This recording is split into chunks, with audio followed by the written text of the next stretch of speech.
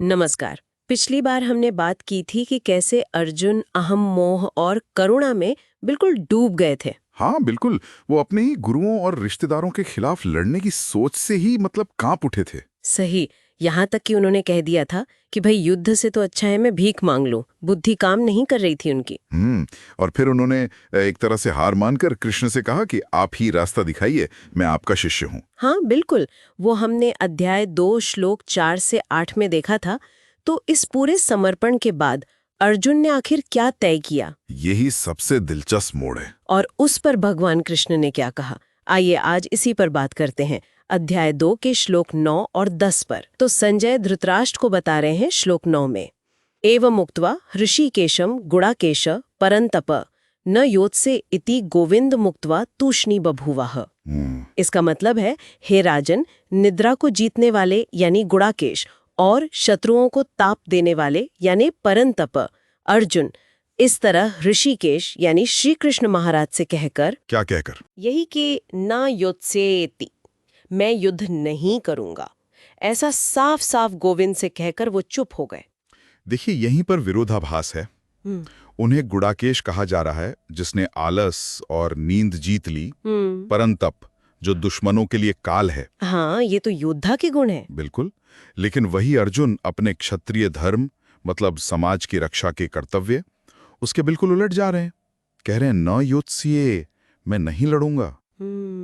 सब दलीलें देने के बाद, मार्गदर्शन मांगने के बाद भी आखिर में यही फैसला। हाँ, अपनी भावनाओं और क्या कहते हैं उस गहरे मोह में फंसकर वो चुप हो गए।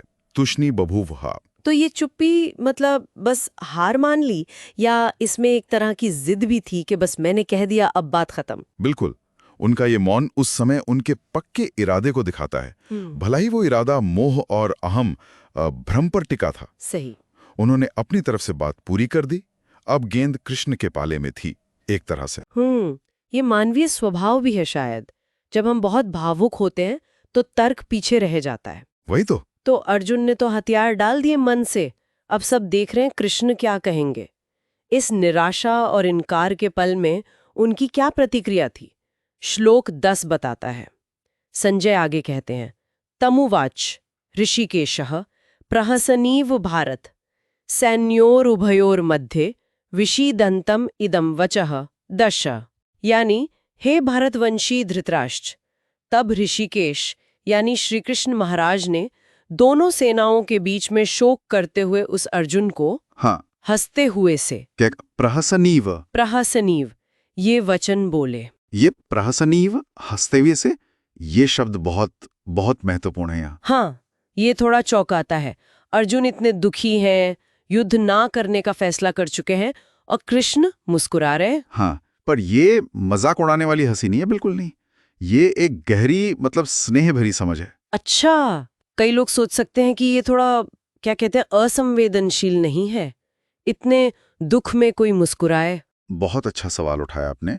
देखिए, कृष्ण ऋषिकेश हैं, वो जो इंद्रियों के स्वामी हैं। हाँ। वो अर्जुन की इस इंद्रिय जनित परेशानी को, उसके मोह को पूरी तरह समझ रहे हैं।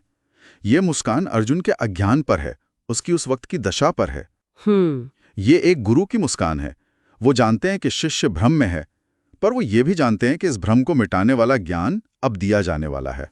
अच्छा, तो ये उस शिष्य की स्वीकृति भी है जिसने कहा था शिष्यस्ते हम शाधि माम त्वाम प्रपन्नम। बिल्कुल। कृष्ण डांट नहीं रहे, वो मुस्कुराकर उस स्थिति को स्वीकार कर रहे हैं। और यहीं से, इसी मुस्कान से गीता का वो महान उपदेश शुरू होता है। सही। ये मुस्कान एक तरह का भरोसा भी है कि देखो, मोह कितना भी गहरा लगे, ज्ञान के प्रकाश से वो हट सकता है।